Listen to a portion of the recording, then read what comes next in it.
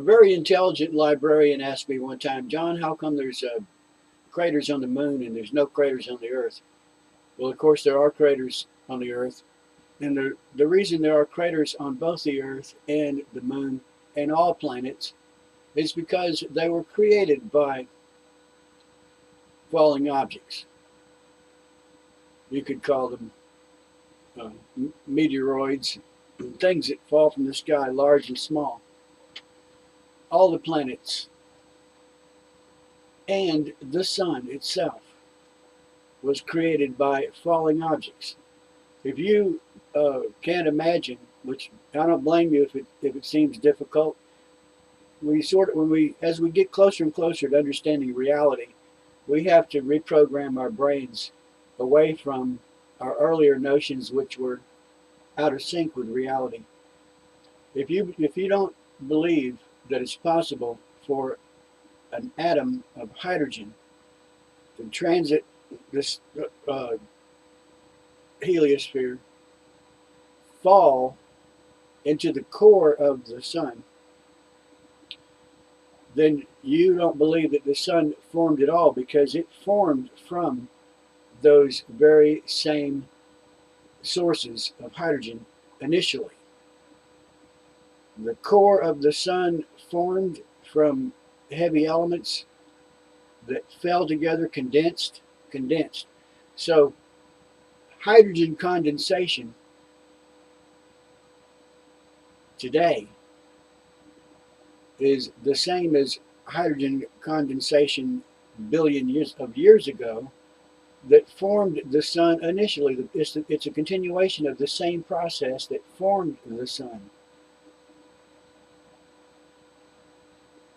Appreciate the you Kiko. You're bright, and you probably specialize in other things. And I've been giving this subject a lot of thought. So you could blow me away in your field of expertise, and this is really not my field of expertise. I just happen to have given it a lot of thought in the past year or so. And of course, I don't profess to be an expert in this. I theorized and thought about it and came up with ideas that evolved, and as I learned more, and I finally came to the conclusion that the Earth's climate is very likely, almost certainly, determined by its by the sun's passage through clumps of interstellar gas, remnants of the nebula that formed the solar system in the first place. And in the course of me examining this subject, I began to realize that the universe is a whole lot bigger than what I thought before. So incredibly, mind-bogglingly huge that it makes the Earth seem insignificant, of course, and everything on it insignificant, including my worries, your worries. What will people think? If I grow a beard, or if my hair turns gray, or if I get pot bellied, it makes all our human worries and troubles seem as they really are, which is they are of almost no consequence whatsoever.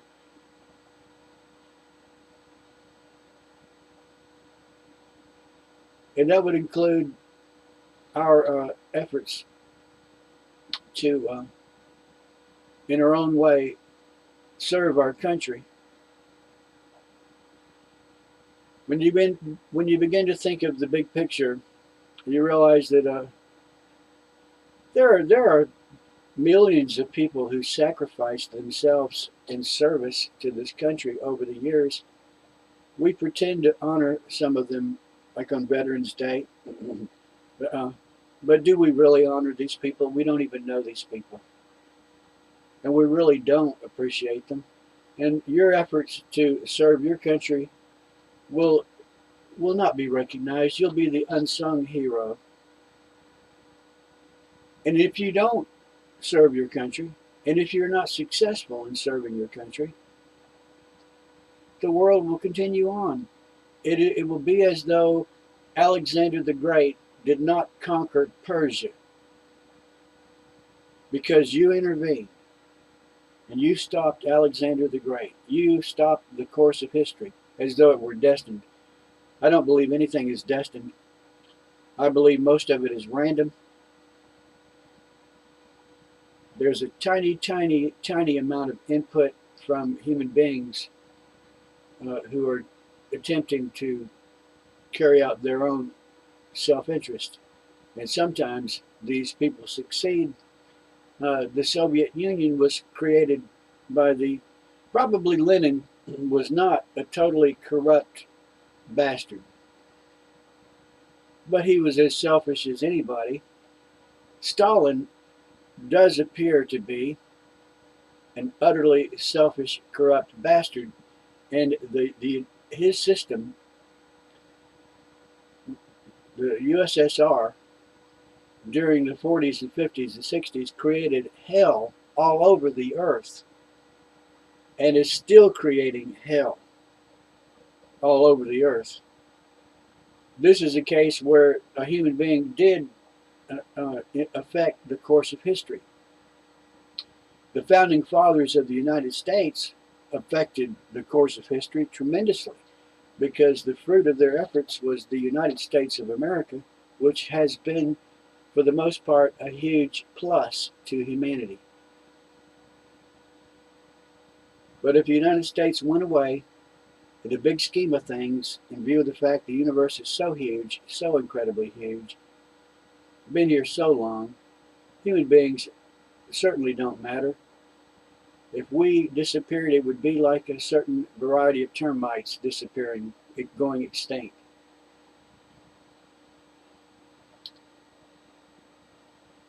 So that's why I used to be all nervous day in, day out, studying, trying to find out who the communists are, because I wanted to stop them.